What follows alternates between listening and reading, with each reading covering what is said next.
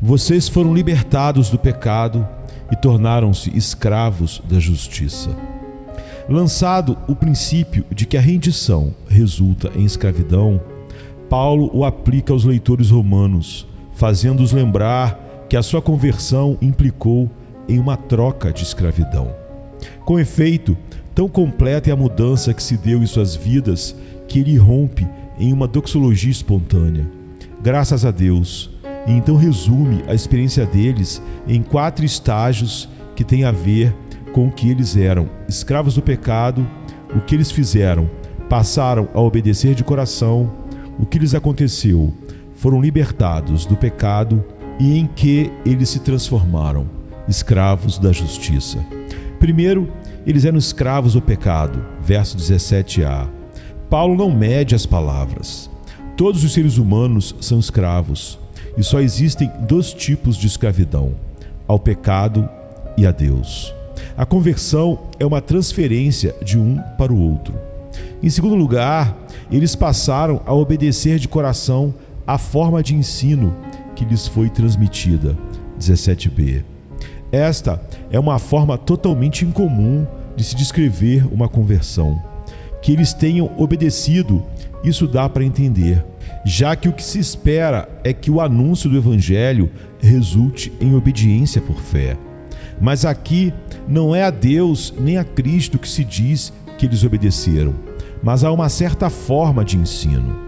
Deve ser uma alusão a um modelo de sã doutrina ou estrutura de instrução apostólica que provavelmente incluía tanto a doutrina básica do Evangelho como a ética pessoal elementar. É evidente que para Paulo a conversão não se limita a confiar em Cristo, mas implica em crer e reconhecer a verdade. Além disso, o que Paulo escreve não é que esse ensino foi confiado a eles, mas que eles foram confiados ao ensino referido. Viestes a obedecer de coração a forma de doutrina a que fostes entregues. 17b.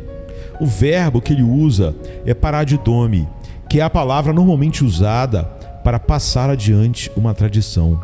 O que se espera é que a doutrina seja entregue aos ouvintes, não os ouvintes entregues à doutrina. Os cristãos, porém, não são, como os rabinos, mestres de uma tradição. Eles são, eles mesmos, criados pela palavra de Deus e permanecem em sujeição a ela. Terceiro, os romanos foram libertados do pecado, 18a, emancipados de sua escravidão. Não que eles já sejam perfeitos, pois ainda podem pecar, como está no versos 12 e 13.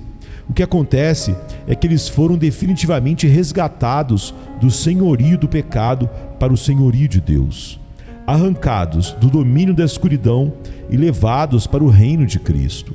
Em consequência disso, quarto, tornaram-se escravos da justiça, 18b. Tão decisiva é essa transferência que se dá pela graça e poder de Deus, da escravidão do pecado para a escravidão da justiça, que Paulo não pode deixar de dar graças a Deus. Agora, a analogia. Os 2 tipos de escravidão são progressivos. O versículo 19 começa com uma espécie de apologia para os termos humanos nos quais Paulo vem descrevendo a conversão.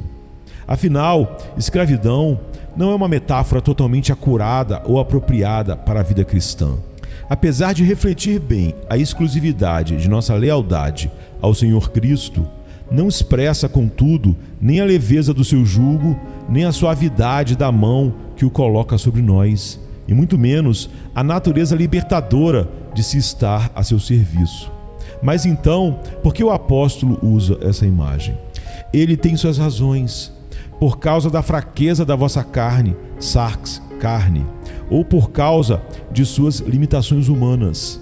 A fraqueza ou limitação natural deles deve ser uma alusão à sua natureza caída e que se manifesta, quer em suas mentes, deixando-os insensíveis, ou em fraqueza de caráter, tornando-os vulneráveis à tentação e fazendo-os esquecer que se comprometeram com a obediência. A despeito de sua explicação apologética, Paulo continua comparando e contrastando os 2 tipos de escravidão. Desta vez, porém, ele faz uma analogia entre os dois, assim como na forma como se desenvolvem. Nenhuma das duas é estática, ambas são dinâmicas. Uma leva decididamente à degeneração e a outra vai melhorando a passos firmes. Assim como vocês ofereceram os membros dos seus corpos em escravidão à impureza e à maldade, que leva à maldade, literalmente sem lei para a falta de lei, ou para viver desregradamente, ofereçam-nos, isso é, façam aquilo que já fizeram, mas que seria prudente fazer de novo, agora em escravidão à justiça, que leva à santidade. Como está no verso 19b, agiasmos, o processo de santificação, isto é, de ser transformado até assumir a semelhança de Cristo. Assim, apesar da antítese entre os dois tipos de escravidão, traça-se também uma analogia entre o vergonhoso processo de degeneração moral e o glorioso processo de transformação moral. O paradoxo: escravidão é liberdade e liberdade é escravidão. Está no verso 20 a 22. Continua a comparação e o contraste entre uma escravidão e a outra. Desta vez, o apóstolo salienta que cada um dos tipos de escravidão é também uma espécie de libertação, embora uma seja autêntica e a outra espúria. Semelhantemente, cada liberdade é um tipo de escravidão, embora uma seja degradante e a outra enobrecedora. Por um lado, escreve: quando vocês eram escravos do pecado, estavam livres da justiça. Verso 20. Se bem que liberdade assim seria melhor chamá-la de licenciosidade. Por outro lado, diz ele, mas agora vocês foram libertados do pecado e se tornaram escravos de Deus. Verso 22a. E este tipo de escravidão seria melhor chamado de libertação. E como saber o que requer de nós cada uma delas? A melhor maneira é avaliando o seu resultado, ou melhor, o seu fruto. As consequências negativas de ser escravo do pecado e livre da justiça são remorso no presente, um sentimento de culpa pelas coisas das quais agora vocês se envergonham, e no final a morte, verso 21, que aqui certamente significa a morte eterna, a separação de Deus no inferno, que nos capítulos finais de Apocalipse é chamada de a segunda morte. Mas agora, continua Paulo, os benefícios positivos de ser livre do pecado e escravo de Deus são santidade no presente e vida eterna no final. 22b. O que certamente significa aqui comunhão com Deus no céu. Portanto, existe uma liberdade que se manifesta em morte e uma escravidão que se expressa em vida. Vocês foram libertados do pecado e tornaram-se escravos da justiça. Falo isso em termos humanos, por causa das suas limitações humanas. Assim como vocês ofereceram os membros dos seus corpos em escravidão à impureza e à maldade que leva à maldade, ofereçam-nos agora em escravidão à justiça que leva à santidade.